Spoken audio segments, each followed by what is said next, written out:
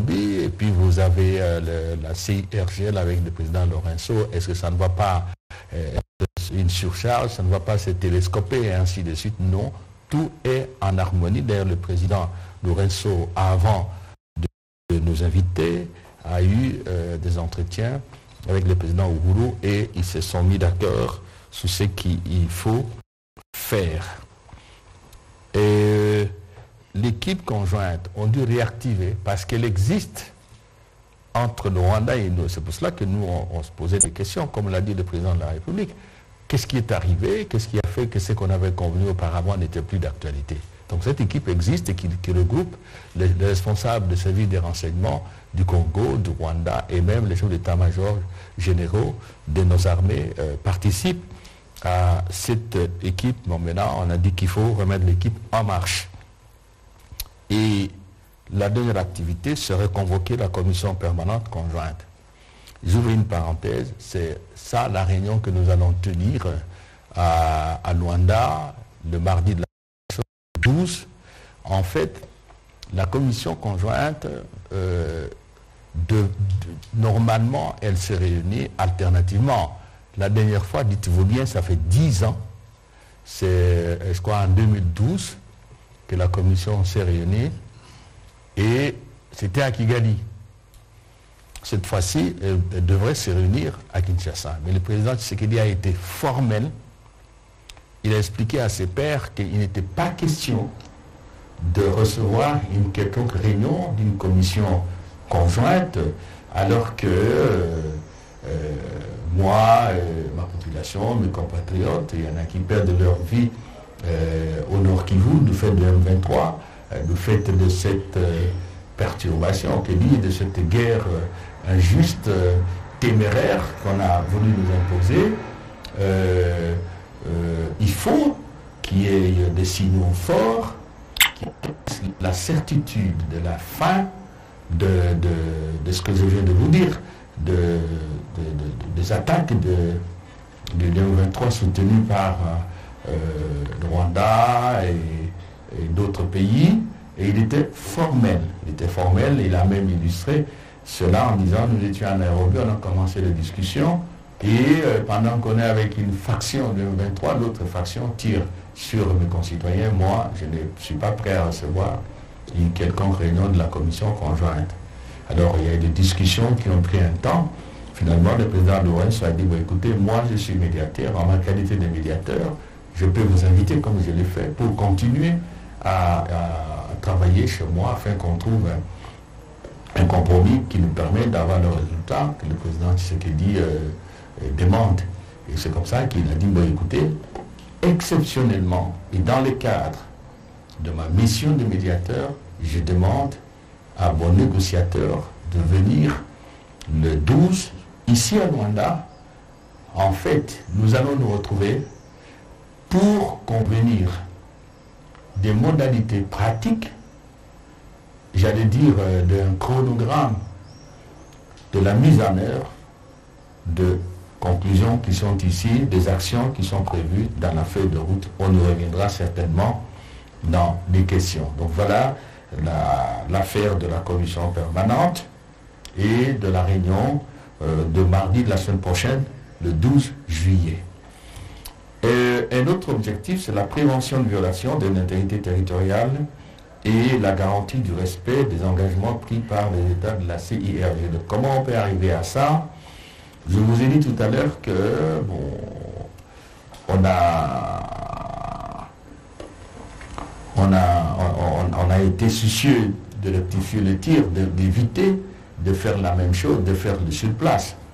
Et sur ce point-là, nous tous nous avons reconnu que le mécanisme conjoint de la CIRGL élargi, le mécanisme qui fait de temps en temps l'évaluation, disons la vérification, lorsqu'il y a des accusations mutuelles, ce mécanisme n'est pas aussi efficace qu'on peut le croire.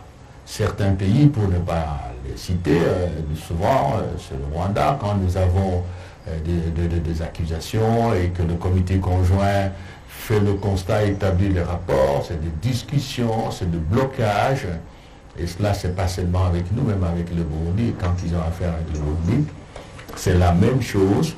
Et nous avons dit que maintenant, il faut élargir le mandat du mécanisme et surtout renforcer ses moyens d'action pour lui permettre de faire un monitoring a priori, c'est-à-dire une action préventive, une alerte, dès qu'on voit que le mouvement de troupes du Rwanda le long de nos frontières, en ce moment-là, le mécanisme alerte, parce que jusque-là, le mécanisme agit a posteriori, c'est-à-dire fait le contrôle après que les dégâts aient été déjà commis. Évidemment, s'il y a des accusations du côté du Rwanda, le mécanisme, après la restructuration ou le renforcement de son mandat, devra prévenir tout ce qui peut envenimer des relations.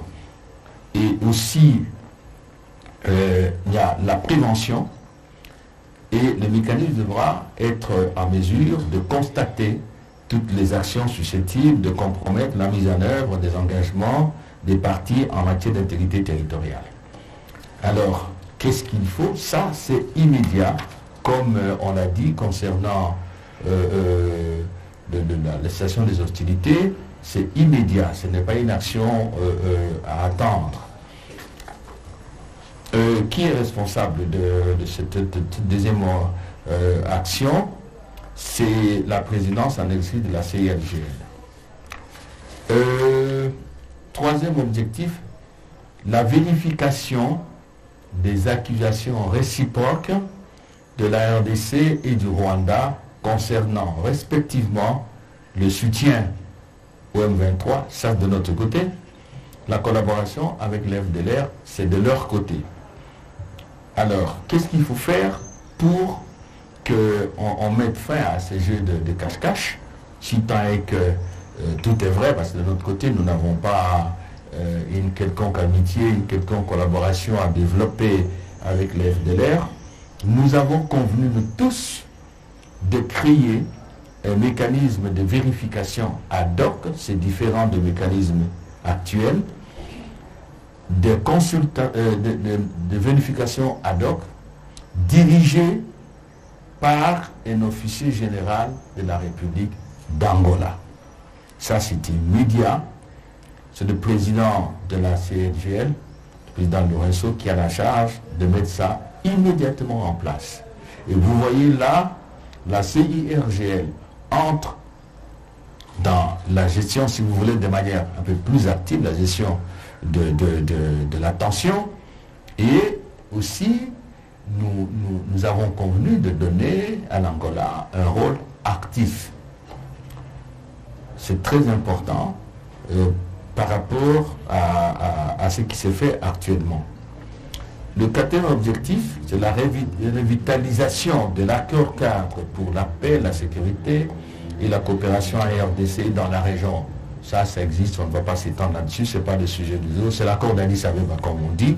Qu'est-ce qu'il faut? Il faut mettre en place un mécanisme mixte de consultation régulière d'harmonisation entre la CIRGL et la communauté d'Afrique de l'Est concernant le processus de paix de Nairobi. C'est-à-dire, en fait, il faudra que le processus de Nairobi, qui a été déclenché dans le cadre de la communauté d'Afrique de l'Est, soit géré principalement, bien sûr, par la communauté, mais en concertation, en collaboration avec la CIRGL, de manière à éviter, comme je vous ai dit au départ, des initiatives dispersées et des initiatives qui peuvent se contredire et se neutraliser.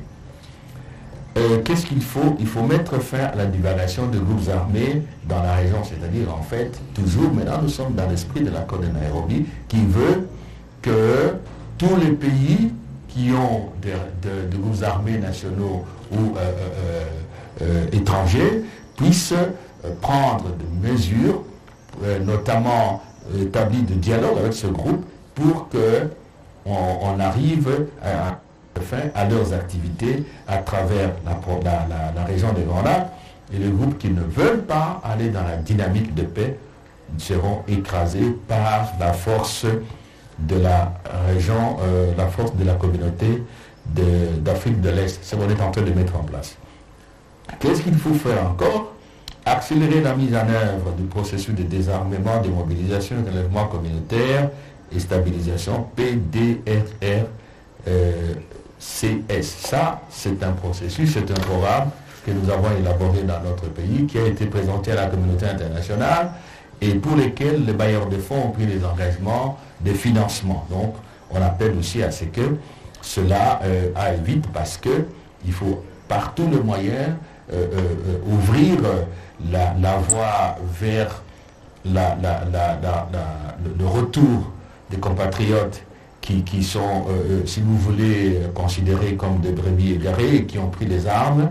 Et il y a un programme, mais ce n'est pas à confondre, la troisième fois avec ce qu'on a connu, les brassages, les mixages, les partages équilibrés, équitables de pouvoir. Non. On a expliqué ce programme par le coordonnateur national et le chef de l'État a nommé il n'y a pas longtemps de coordonnateurs provinciaux et nationaux, et dans les cadres de consultation de Nairobi, c'est vraiment le cadre, la structure qui matérialise et qui doit finaliser, qui doit donner un contenu réel à l'offre de paix que fait le chef de l'État à ceux de nos compatriotes qui ont pris les armes. Cinquième objectif, la promotion du partenariat économique entre les États de la région et le renforcement des mécanismes régionaux de lutte contre l'exploitation illicite de ressources. Quelle activité? Promouvoir l'activité économique dans la région et assurer le contrôle régulier et rigoureux de l'exploitation minière ainsi que des activités liées aux ressources naturelles dans le respect de la souveraineté des États du protocole de la CIRGL relatif à l'exploitation de ressources naturelles. Qu'est-ce qu'il faut faire encore? Intensifier la lutte contre l'exploitation illicite de ressources naturelles de la RDC par les groupes armés. C'est important que le Congolais comprenne et que tout le monde comprenne qu'il ne s'agit pas ici de lever la mesure de suspension des accords de coopération et de partenariat avec le Rwanda, mesure qui a été retenue par le Conseil supérieur de la défense et prise par le gouvernement de la République. En effet, j'ai reçu beaucoup de questions concernant cette perspective-là. Il est très important de le dire, nous n'avons pas fait de caprices. On n'a pas dit qu'on suspendait les vols de Rwandair, qu'on suspendait les accords de protection des investissements ou les accords pour éviter la double taxation, la fraude fiscale et l'évasion fiscale. On ne l'a pas fait par caprice, non. Nous étions de bonne volonté. Le chef de l'État l'a dit. Il faut approcher tous nos voisins, éviter une conflictualité stérile et destructrice de l'avenir de nos peuples. Il faut ouvrir des perspectives de coopération que dicte l'histoire, la géographie et que dictent les stratégies que nous devons adopter pour développer notre pays, maximiser, optimiser l'exploitation de nos ressources naturelles. C'est très clair.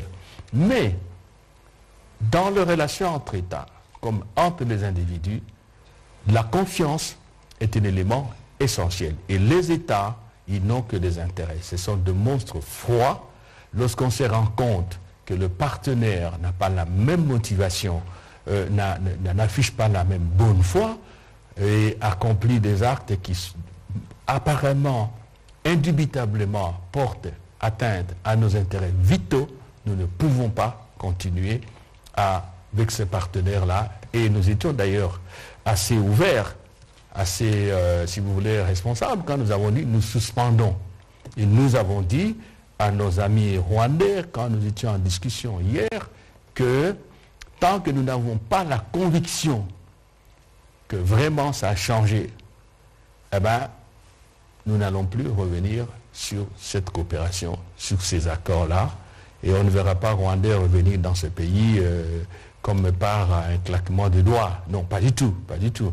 Dieu merci, à quelque chose de malheur et bon. C'est une épreuve de bonne foi et de confiance. Et nous leur avons dit que c'est une interpellation. Démontrez-nous qu'on n'est plus dans vos sentiments actuels. Et enfin, garantir un objectif. Comment garantir la bonne exécution de la présente feuille de route et rétablir la confiance entre partenaires au procès de Nairobi? Nous avons carrément convenu de proposer la convocation en temps opportun du sommet extraordinaire de la CIRGL, et cela à court terme. Pourquoi? Parce que le président Lourenço est bien sûr le président d'exercice de la CIRGL, il agit sous un mandat de l'Union africaine. Et parce que aussi il y a cette connexion, cette synergie qu'il faut établir entre la CIRGL et la communauté d'Afrique de l'Est, et donc il est essentiel pour nous que tous les chefs d'État de la CIRGL soient associés à cette nouvelle perspective que la CIRGL apporte, cette eau limpide qu'elle apporte au moulin, pour que nous puissions mettre fin à la crise et que ce soit l'affaire de toute la communauté. La conférence internationale sur la région des Grands Lacs en Afrique, c'est pour cela que nous avons dit qu'il faudra que très rapidement tous les chefs d'État de la CIRGL soient associés. Voilà l'économie générale de nos conclusions, et nous allons nous retrouver le mardi, comme je vous ai dit, pour voir quelle est l'opérationnalité de tout ce que nous avons décidé. Voilà. Voilà, merci Monsieur le Vice-Premier ministre. Nous avons à peu près 20 minutes pour les questions. Aujourd'hui, à la différence des habitudes, on va prendre une série pour permettre au Vice-Premier ministre et à moi-même de donner des réponses précises plutôt que les jeux de ping-pong habituels pour faire une bonne gestion du temps. On commencera par Paul Matendo. Des questions, s'il vous plaît, courtes et précises pour nous permettre de prendre le maximum et d'y répondre. Merci. Merci beaucoup, Monsieur le ministre. J'ai une série de questions. Malheureusement, le temps, on n'en a pas. Je pense que dans une émission spécialisée, on pourra... Ce n'est qu'une demande. On pourra y revenir. Version française ou anglaise, je pense que le contenu devrait être le même. Est-ce que vous avez su identifier l'origine et l'authenticité de la version anglaise? Comment vous avez parlé de la cessation immédiate des hostilités? Comment expliquez-vous la reprise de la guerre aujourd'hui à l'est du pays? Merci. Merci. Richard Chacon. Merci beaucoup, Monsieur le ministre. Une question. Cessation des hostilités, retrait des M23. Or, nous savons que les M23 n'étaient pas à Luanda. Est-ce que doit-on comprendre que cette fois-ci, le Rwanda, qui a toujours nié son implication dans la crise de l'Est, a accepté que c'est lui l'agresseur de la RDC? Merci. Merci. Innocent Olenga.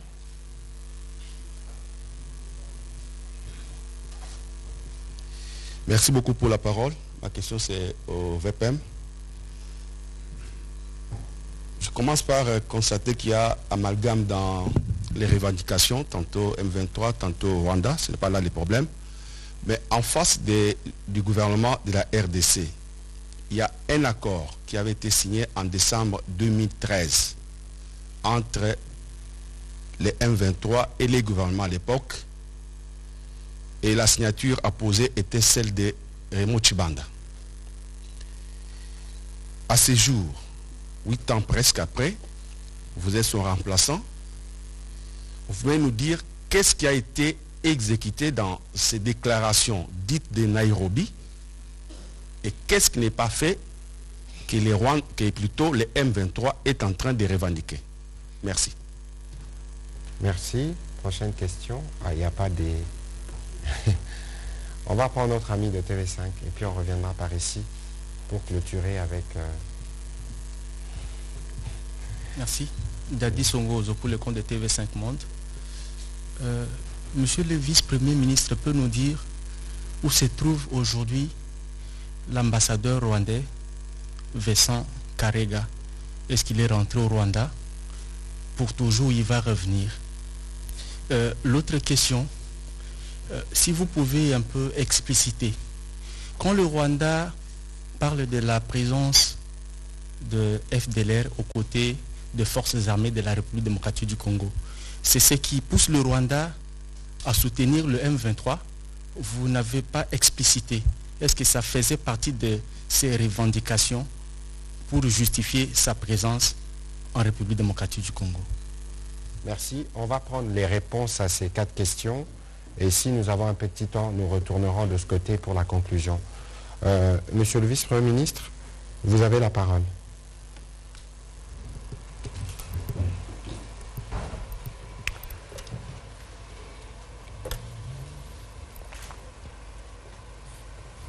On m'a demandé de savoir qui est à l'origine de 2 versions.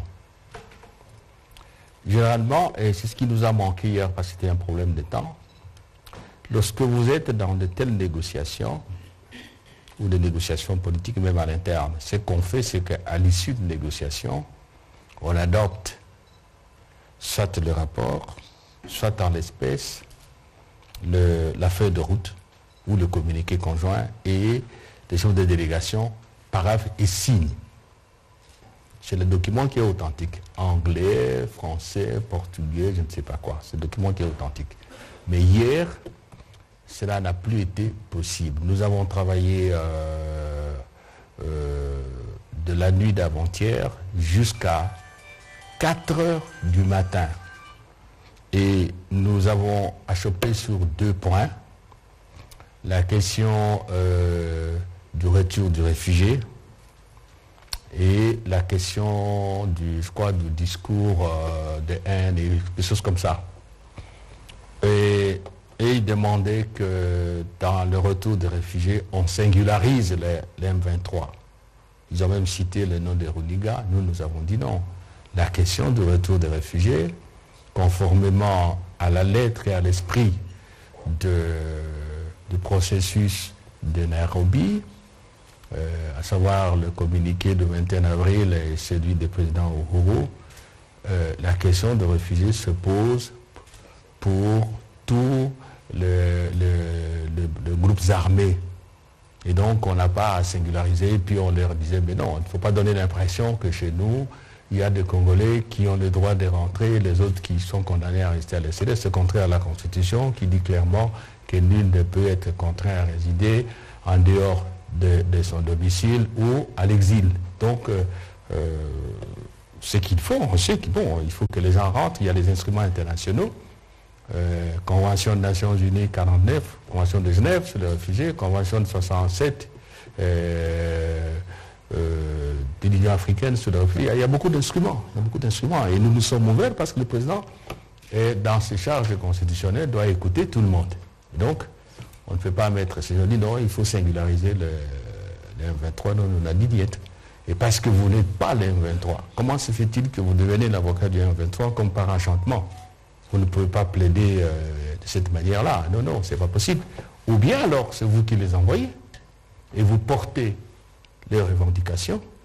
Ou bien vous dites, comme vous dites partout, c'est congolo-congolais, alors laissez-nous régler nos problèmes nous-mêmes. Alors ça s'est bloqué là-dessus.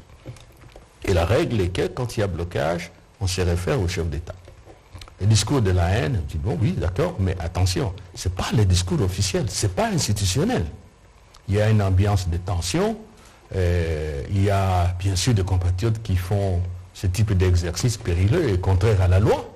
Nous n'allons pas tolérer, le président l'a dit, le Conseil supérieur de la défense l'a dit, le gouvernement aussi, et au moment où nous parlons, on leur disait hier qu'il y a des Congolais, même des militants, les membres du parti du chef de l'État, qui sont ouf. Donc il ne faut pas nous raconter des histoires comme ça. Et même la société civile, à travers l'Église catholique, s'en mêle. Donc nous ne sommes pas des génocidaires, on ne connaît pas ce genre de choses. Mais, ok, nous allons trouver un libellé, comme l'a fait le procès de Nairobi, mais il faut en même temps enlever tout ce qui peut donner l'impression que c'est le discours officiel ou c'est le discours des Congolais. Non, ce n'est pas possible. Alors, vous ne comprenez pas, on a proposé des formules, ne voulait pas, et on s'est bloqué là-bas. Voici les 2 points qui sont restés bloqués. Alors, au moment où on doit aller chez le chef d'État, les experts qui ont repris le travail le matin n'ont pas pu nous joindre, nous les ministres, et on est parti seulement avec le test à soumettre aux chefs d'État, qui ont trouvé d'ailleurs des libellés sur ces 2 points. Voilà comment c'est passé.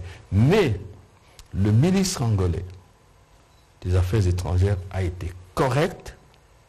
Il a lu rien que le point d'accord, en y ajoutant ce qui était convenu par les chefs d'État, à savoir pour les réfugiés, je vous l'ai dit au départ, qu'on dise tout simplement que les conditions des réfugiés, quels qu'ils soient, pour le discours de la haine, on a trouvé qu'il fallait aussi qu'on dise que, comme on a dit dans le communiqué de Nairobi, que toutes les parties sont appelées à observer une attitude, à rejeter ce type de discours. C'est bien dit. Éviter voilà. tout langage offensant et Voilà. discours de haine par toutes les parties. Voilà, voilà. Et c'était tout. Donc je vous ai fait cette littérature pour vous dire que nous n'avons pas eu le temps d'avoir une version authentifiée, mais il existe des éléments sonores de ce qui a été lu. Je venais de parler tout à l'heure avec mon collègue angolais qui a fait la modération. Je lui ai proposé ceci. Lui doit nous transmettre à nous deux la version qu'il a lue. 1. 2. Lorsque nous allons nous retrouver le mardi, en préjudiciel, nous devons authentifier la version qu'il a lue. Et nous allons travailler sur la base de cette version qu'il a lue, qui est la version aussi adoptée par le chef d'État. Donc voilà la réponse. Donc maintenant, je ne peux pas vous dire, je ne peux pas faire de procès d'intention, c'est complètement fou. Il y a la version anglaise qui a été diffusée. Et la version française, on n'a pas vu une version française qui est différente de ce que je vous dis, de ce que je vous ai lu, sauf à traduire. Une version portugaise. Sauf à traduire librement, alors comprennent qui pourra. C'est sûr que c'est un document de travail qui a fuité. C'est pour ça que vous avez vu, nous comme gouvernement, on n'a pas de manière formelle diffusé les documents parce que les chefs d'État ont préféré que l'on considère ce qu'ils ont dit. Alors il y a eu les propos du président Kagame, le propos du président Tshisekedi et les propos du président Lorenzo.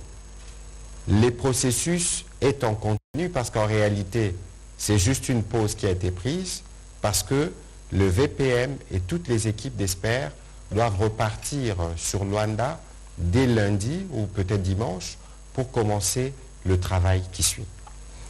Alors, comment justifiez-vous la reprise des activités? C'est ça la question fondamentale.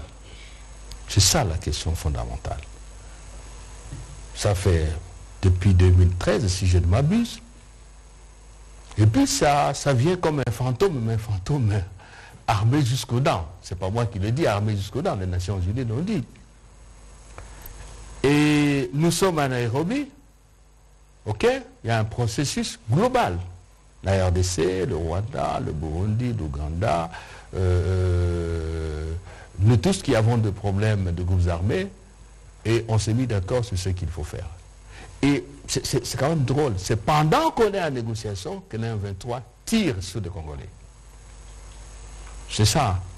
Et ça, je ne saurais pas vous dire pourquoi, mais en réalité, c'est quoi? J'ai eu à le dire ici avec mon collègue, en réalité, comme on dit chez nous ici, que lorsque vous voyez le poussin qui prend la dimension, ça signifie qu'en fait, au-dessus de lui, il y a la poule qui donne la dimension. Vous voyez? Donc, on veut maintenir le pays dans la situation d'ingouvernabilité, en infusant dans le sang congolais l'instabilité, en mettant dans nos têtes un complexe, et on veut créer des espaces de libre exploitation, on veut se donner, si vous voulez, l'ampleur du bœuf. Rappelez-vous la grenouille qui veut se faire aussi grosse que le bœuf. On veut bloquer le processus de Nairobi. C'est ça le vrai problème, la vraie motivation quant au retour sur la scène du 1-23. Je vais vous dire quelque chose, parce que ce n'est pas un secret. Nous sommes en discussion. Alors, quelqu'un que vous connaissez bien, général James Kabarebe, demande la parole. Il nous dit, mais vous vous en prenez à nous tout le temps, pourquoi? C'est pas nous. Makenga, dont le groupe est aujourd'hui en action, il ne vit pas chez nous. Il vit en Ouganda. J'ai mes notes du mot à mot, parce que j'ai noté ça. C'est l'Ouganda qui a poussé ces gens, qui le soutient et qui leur donne la logistique et le matériel. Je le dis à la télévision, le monde entier me suit. Il y a des pays, des écoles nord, nous tous on était un peu, pas surpris, mais on se regardait un peu, mais c'est quoi ça? Mais le problème, c'est pas de l'argent comptant.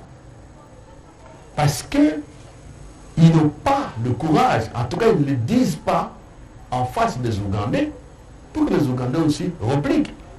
Nous étions à Nairobi il n'y a pas longtemps, tout le monde était là. Comment on va nous dire ça en dehors de Rwanda? De toute façon, on a pris bonne note et nous réfléchissons à tout ça, à tous les éléments que nous avons. Voilà la question du retour d'un 23. Donc il y a un complexe de raisons, mais qui toutes convergent vers une seule finalité, nous affaiblir, ne pas nous donner le temps de nous organiser, ne pas nous donner le temps d'organiser notre système de défense, continuer à nous exploiter, et alors on prend sa coupe de champagne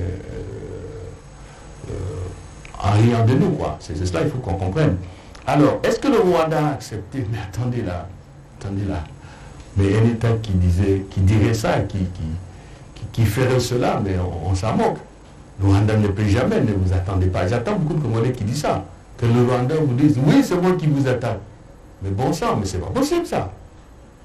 Parce que là, il y a le droit international qui est là, il y a une certaine morale publique, il y a tout un tas de... Les conséquences sont graves. Et ne vous attendez pas à ça. Mais ce sont des attitudes. Ce sont des preuves que nous avons. Je viens de vous parler de cette défense que l'on prend des M23. Des matériels militaires. Les matériels militaires, les militaires qu'on a vus, le fait que nous leur avons dit ça. C'est chaque fois qu'on m'appelle, moi, ministre des Affaires étrangères, pour me dire qu'il y aurait des bombes qui tomberaient sur le territoire rwandais, que dans les 24 heures, les M23 attaquent. Comprennent qui pourra. Il y a tout un tas, ça ne peut plus se discuter. Et parce qu'on dit, oui, la diplomatie congolaise, oui, ceci, cela. Pourquoi vous n'obtenez pas la condamnation du Rwanda? Mais les relations internationales ont leur mode d'expression, leur mode opératoire. Il ne faut pas oublier que chaque État, dans n'importe quel conflit, réagit en fonction de ses intérêts. Je vous dis que les États sont de monstres froids. On calcule, on dit que si j'ai dit ça, ça va donner quoi? Et moi, je gagne quoi? Et c'est comme ça. Et en dessous de tout ça, il y a des affaires. Donc, moi, je ne pense pas. Et même allez, prenons une hypothèse. Tout le monde, le matin, demain, dit l'Ouganda agresse la RDC, on condamne. Ça va donner quoi? Ce dont nous avons besoin, ce n'est pas une condamnation verbale. C'est que ça se termine. Et le fait que partout, on affirme que pour résoudre la crise, il faut que le Congo et le Rwanda se séparent. Mais pourquoi le Rwanda est cité? S'il n'y a rien. Dites-moi. Vous avez suivi Mme Bintou, oui. Le 29 juin dernier, qui a fait la démonstration, sans dire le nom, de ce qui se passe sur le terrain. De toute évidence, pour ce qui concerne la situation sur le terrain, nos forces armées sont bien positionnées pour que la sécurité puisse être rétablie. Dans ce qui se passe, il y a évidemment le volet diplomatique pour lequel, parce que le président de la République, comme il a régi lui-même, Nous voulons travailler pour la paix, nous voulons reconstruire notre pays. Mais ceux qui veulent nous imposer la guerre, nous trouverons sur le chemin. Il ne faut pas oublier qu'il y a 2 jours, je pense que le président de la République s'est exprimé sur le colonne de Financial Times, et que si les provocations continuent, nous en tirerons des conséquences. Y compris, et vous voyez déjà, ceux qui parlent des discours de haine, en réalité, la colère, elle est perceptible, et que le Congolais, militaire comme civil, nous sommes déterminés une fois pour toutes à en finir. Et donc, si vous avez vu le Rwandais s'est déplacé, je pense que dans les conditions actuelles, c'est plus eux qui ont besoin de discuter avec nous, parce que bientôt, quoi qu'il en soit, il y a des comités des experts qui travaillent, qui pourront démontrer à la face du monde que le M23, en réalité, est une fabrication rwandaise et qui opère sous son couvert avec armes, munitions, comme cela a été récupéré sur le terrain. Alors, allez, monsieur le vice-premier ministre, il nous reste 10 minutes. Peut-être qu'il faut...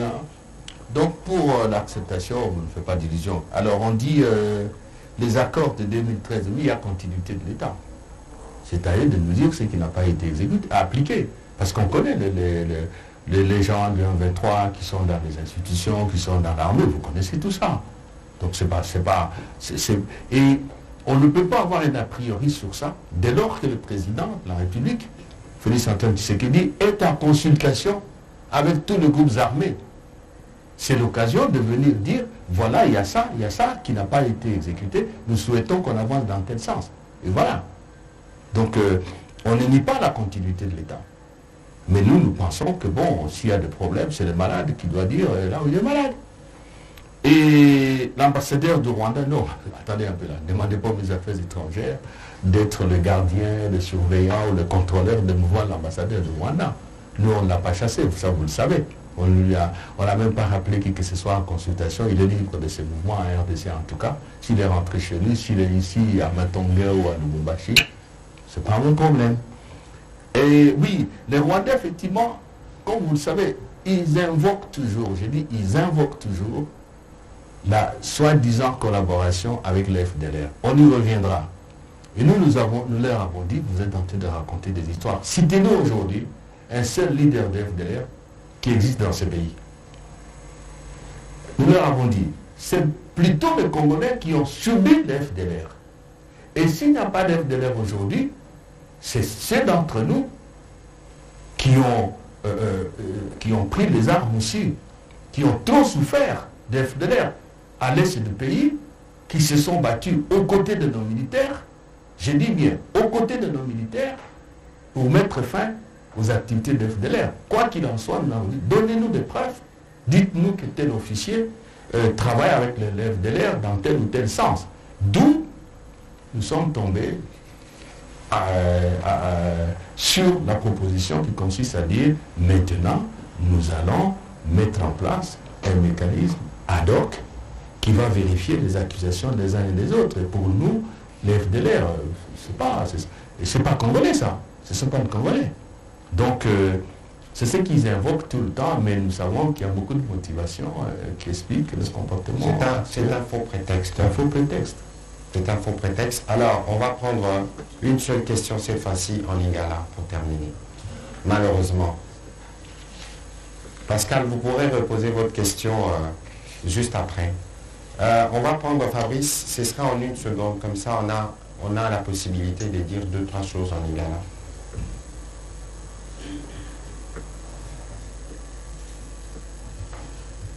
Merci, Excellence.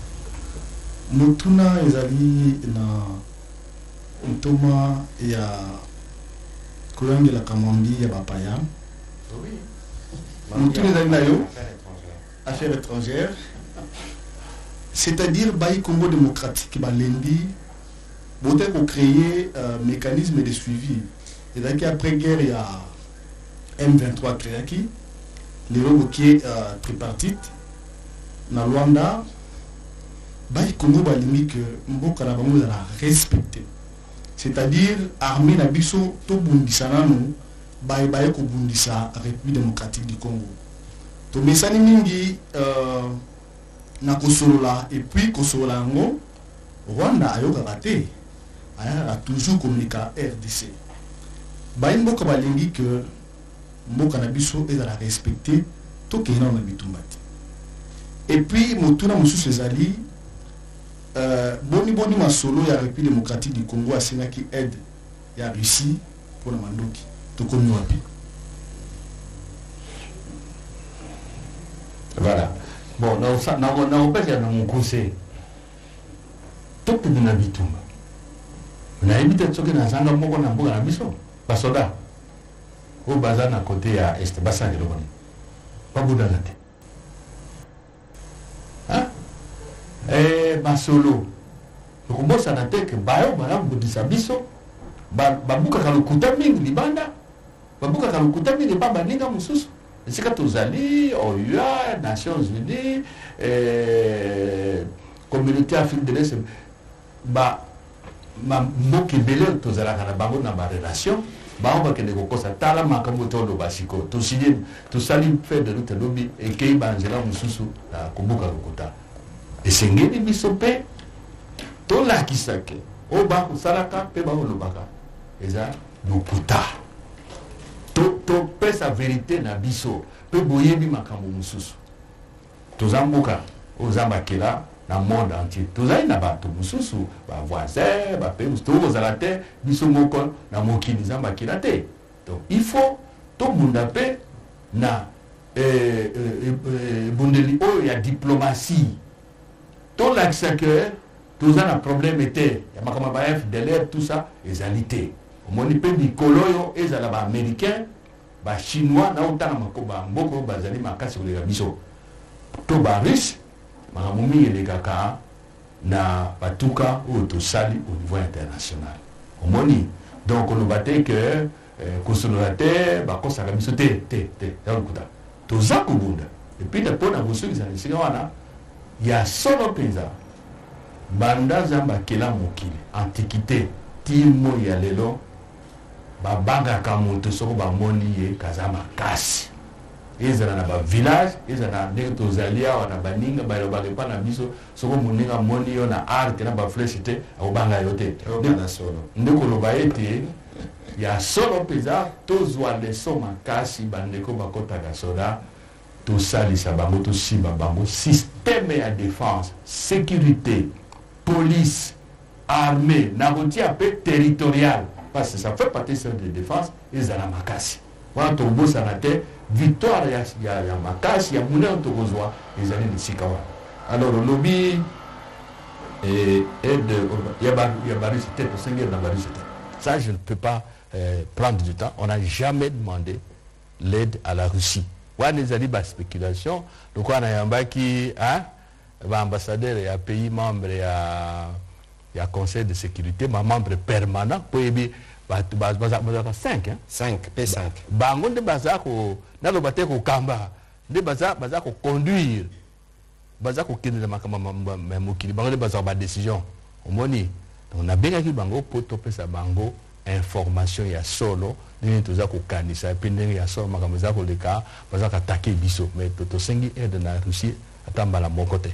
Voilà, inakobakisa boye batu fo bayebake na bitumba oyo toza na 4 fronts bolandaki mokonzi ya mapinga ye moko alobaki bajeune il faut batelema tosala mobilisation générale bajeune basenrôler dans l'armée toza na front oyo tobengi militaire ça veut dire que basoda na biso ndenge tozomona bato bazotelema bendele koya te basoda na biso tozotindela bango makoki il faut mpona kosala bitumba mais bitumba esalamaka kaka na basoda te ata lelo Russie na Ukraine eza na baespace ya discussion diplomatie yango bozomona VPM lutundula alalaka te kokende gauche kokende pai kosala mais kosala diplomatie elakisi te ke tokangi maboko na bitumba na se non pas du tout. Guerre mosusu ezali awa eza guerre médiatique parce que bozomona bavoisin na biso balingi manipulation trop et puis baza pe na barele awa na Kinshasa makambo lokuta kochani tiolobi awa version anglaise et bimaki eza ba document de travail nyonso ezalaka projet botali oyo ekoki koleka te botie pembeni mais il y a toujours une volonté yango na discussion tosalamaki président Tshisekedi azalaki très ferme dans ma discussion à lobby namoni kanisi botaki elongi na ndenge ezalaki vraiment extrêmement grave parce que tozana ba population bazokufa tozana bana ben, quand les acquis bombardés. Tozana ban et belé, bazo kendekela cité. On a beaucoup de femmes qui sont déplacées. Donc, situation au biso toki ko sekata mukete na makambo ezo salama. C'est pour ça que bino ba média, maintenant, dans cadre à devoir patriotique ou ya bino. Bino pe bitumbo eza bino il faut boter les menango. Na éviter ceux qui botalaka ba chaîne rwandaise. Bango bazane ti biso ate tozana démocratie. O batu mususu nazo mona bazo le kana TV, bazo épouser ba thèse na bango bitumba oyo et banda depuis 25 ans. Eza bitumba ya président Tshisekedi yé mon côté parce que président Tshisekedi soka zato akozala lobby yépe ba kubundisa kaka. Siko biso totelema cette fois-ci aussi lisango une fois pour toutes. Parce que ça ne fait que trop durer, biso tozozonga sima. Bango bazo avancer. Et donc, je vais revenir sur ça en français pour que ce soit très clair. On a 4 fronts. Le front militaire qui est tenu, les fronts diplomatiques pour lesquels on vous a donné les éléments aujourd'hui. Il y a le front judiciaire. Parce que pour tous ces enfants qui meurent, pour toutes ces femmes qui se déplacent, ça ne peut pas rester impuni. Ça veut dire que le moment venu, avec mon collègue des affaires étrangères et de la défense, nous travaillons sur ça. On va collecter les éléments des preuves. Il faut que tous ceux qui posent des actes y répondent. Et puis il y a les fronts médiatiques. Au Rwanda, c'était un régime à pensée unique. Ici, nous sommes dans un régime démocratique où les gens se permettent de critiquer l'armée. On peut critiquer les chefs de l'État comme en politique. On ne peut pas critiquer le commandant suprême en état de guerre. Ça veut dire qu'aujourd'hui, même vous, les médias, vous devez l'intégrer. Il y a une directive du Conseil supérieur de l'audiovisuel et de la communication qui fixe la ligne à suivre. Et donc aujourd'hui, moi, je vois parfois l'ennemi utilise les canaux ici pour passer ses messages et nous infiltrer, s'aimer la division comme ils en ont l'habitude. Et donc, c'est aussi cela votre devoir patriotique et comptez sur nous pour vous apporter les informations comme nous sommes venus aujourd'hui en toute transparence. Mais les informations opérationnelles, les informations des guerres, on ne peut pas toujours les divulguer parce que cela peut être utilisé par l'ennemi. Et malheureusement, on voit parfois des images circuler des militaires au front, parfois qui ne sont pas authentiques, parfois qui sont faux, mais tout ça, vous devez faire attention pour nous appuyer pour qu'une fois, pour toutes, nous puissions en finir. Et je vais terminer en disant que quand nous sommes partis à Luanda dans le processus, ce n'est pas de la naïveté que de vouloir négocier. Mais aujourd'hui, nous devons regarder les Rwandais en face. Sont-ils sincères? Cela va se résumer à cela. Aujourd'hui, on parle de la reprise des hostilités. De toute façon, on va tester leur bonne foi. Sur le front diplomatique, c'est eux qui seront exposés. Parce que le mensonge ne peut pas durer longtemps. Et donc, nous, on veut la paix. Il faut que ceux qui veulent la paix puissent construire la paix avec nous. Monsieur le vice-premier ministre, on a terminé. Bien, merci. Peut-être un petit rien là. 1 minute, c'est pour dire aux Congolais que nous allons gagner. Le président met tout son poids, tout son honneur. J'allais même dire, il considère que c'est en ce moment-ci que sa vie, son amour pour la patrie doivent être forts. La vie d'un chef d'État, elle est forte quand le chef d'État s'engage dans la cause nationale. Restons ensemble. Je peux vous dire, au nom du chef de l'État, qu'il est sensible à ce patriotisme fort qui s'affirme chaque jour. La société civile, la jeunesse, les femmes, les politiques, tous les vieux, nous sommes comme un seul homme. Tokolonga et Tumba. Isakoyape. Il y a des choses qu'on ne peut pas dire maintenant, mais Isakoya, vous allez la confiance. Merci beaucoup. Merci.